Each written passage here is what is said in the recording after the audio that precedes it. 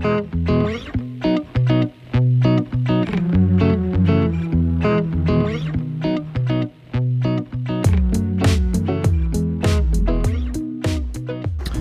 guys, welcome back to the AOE Farms YouTube channel.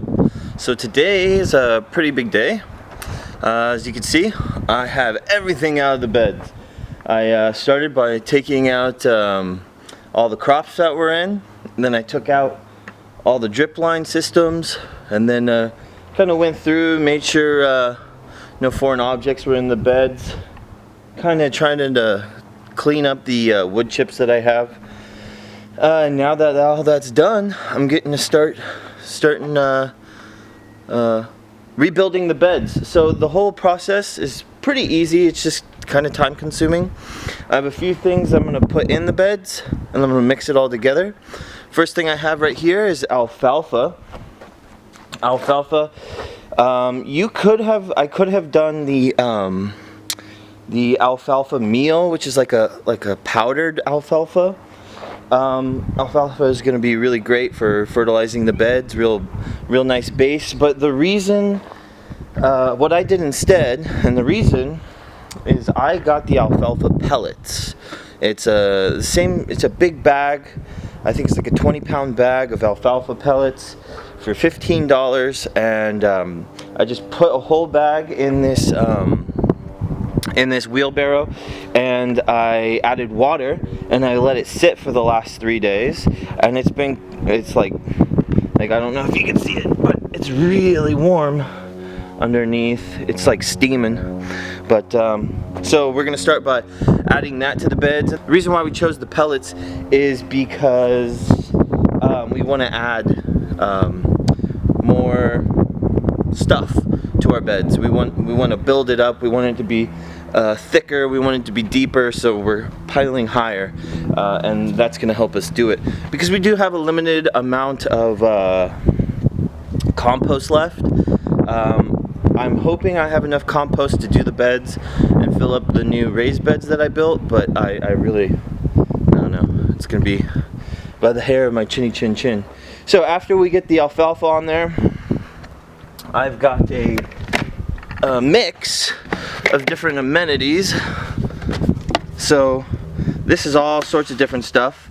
It's blood meal, bone meal, yes Hopper, blood meal, bone meal, and rock phosphate, and those are all mixed in there. So after alfalfa, I'll be going through and just kind of spreading like a handful, like it's something like 12 handfuls per bed.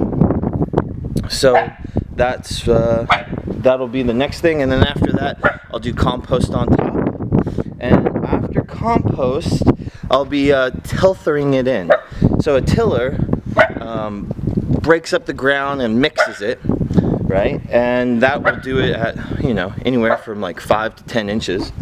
The tilther is, hey, knock it off. The tilther is just gonna mix up the top 2 inches. So that I've got this drill connected to it, and once I pull this string, it activates the drill and spins the tines down there. Hopefully you guys can see that. Hey, what are you barking at? But of course I saved the first part for last, because I'm like Quentin Tarantino, I guess.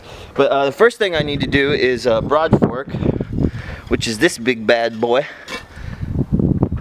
So I'm going to be taking the broad fork and broad forking the beds, and what that does is it's just adding air and kind of lifting up the soil. You know, it's had a lot of time to settle and rest, so it's just lifting it up, getting the air in there,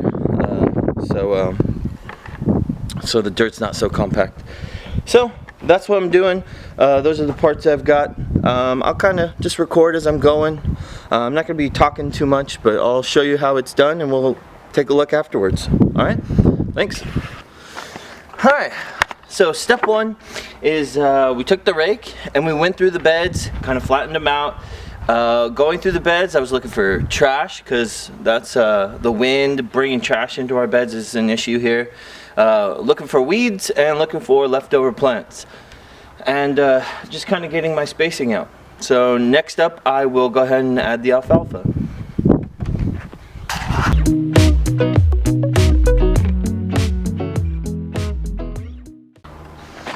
Alright, so the alfalfa's on there. For each bed, I tried to use about a bucket per, which I actually didn't have enough for the last bed. That's okay. I used 1 bag of pellets to do all 6 of my beds. So I could have prepped a bag and a half. I'll do that next time. Yeah, so I don't know if you could see, but there's now a new greenish tint to the beds. So now I'm going to use that, I'm going to apply the bone meal, blood meal, and the rock phosphate.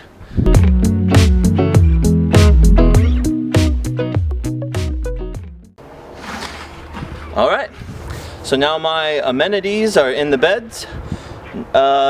2 things. 1, don't stand downwind when you're putting blood meal on your beds. It's not fun to breathe in.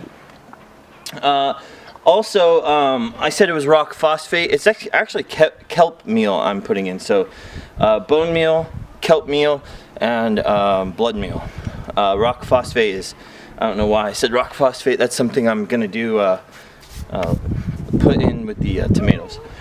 But anyways, so I'm gonna finally put a layer of compost down, and then I'll broad fork, and then I'll tilther, and then it'll be all done. Cool.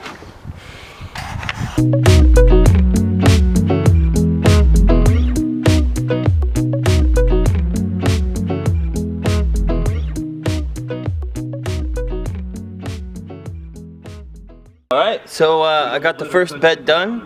I did 1 full wheelbarrow of compost, and I was just short. So you want to aim for about 1 wheelbarrow per bed. So it's quite time consuming, so I'll see you guys when I'm all done. Alright, so it's been quite a long day. I got all the amenities on there, the alfalfa, I got all the compost. I did about a wheelbarrow and a half of compost on them. Again, I really wanted to raise them up, get them up above the natural soil, because the natural soil is like very clay and really hard to work with. So I'm trying to get everything, the root systems, to stay a little bit above that. But now I'm on to the next part, not the final part. This is the tilther, and the tilther, it acts like if you're baking, you have a hand mixer. It just acts just like a hand mixer, so it gets all that stuff that we just put on top, mixes it all up, and incorporates it within the beds that were there. So that's the next step. As you can see, it's got a simple system, not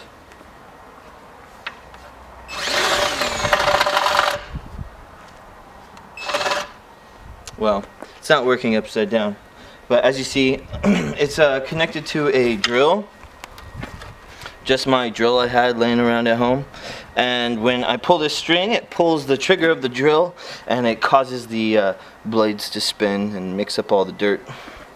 So quite a nifty tool. I'll put below a link to it and how much it was. Don't remember offhand, but yeah, so I'm gonna get it all tilthered up and I'll do the next.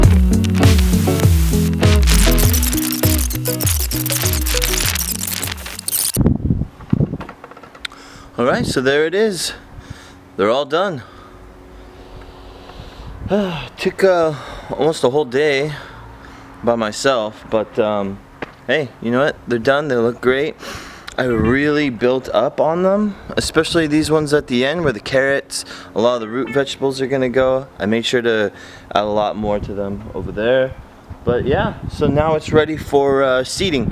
So what's gonna happen is, because of summer, and I'm guessing it's gonna get hot in April, which is the time I'm planning on harvesting, but still I want to add that protection. I have a big shade cloth that I've got to get up, so that's gonna we're gonna lay out the cloth. It's super big. It's gonna go from here all the way down to the wall, and we're gonna hang it over it, and I think we're gonna put some posts up here at the end to hold it up. And what that's gonna be able to do is we're gonna put it on rope, and it's got like little eye holes. So we're just gonna push it down to that wall, and we won't have any like really tall vertically growing stuff right there. And we'll be able to pull it out whenever it gets too sunny. So we're gonna put that up next. Then I'm gonna take the cedar. I don't think I'm actually gonna seed with the cedar because I honestly didn't like the cedar, but I'm gonna use the trough, the burrow, the thing that opens the dirt and makes the lines. I'm gonna go through and make all the lines, and then I'll come through and seed individually. But I don't think I'm gonna seed till tomorrow because, again, we have to get the shade cloth up. But yeah, thanks for joining me, guys. Thanks for watching. Make sure to like, comment, subscribe, hit the bell for notifications, and I will see you next time. Bye.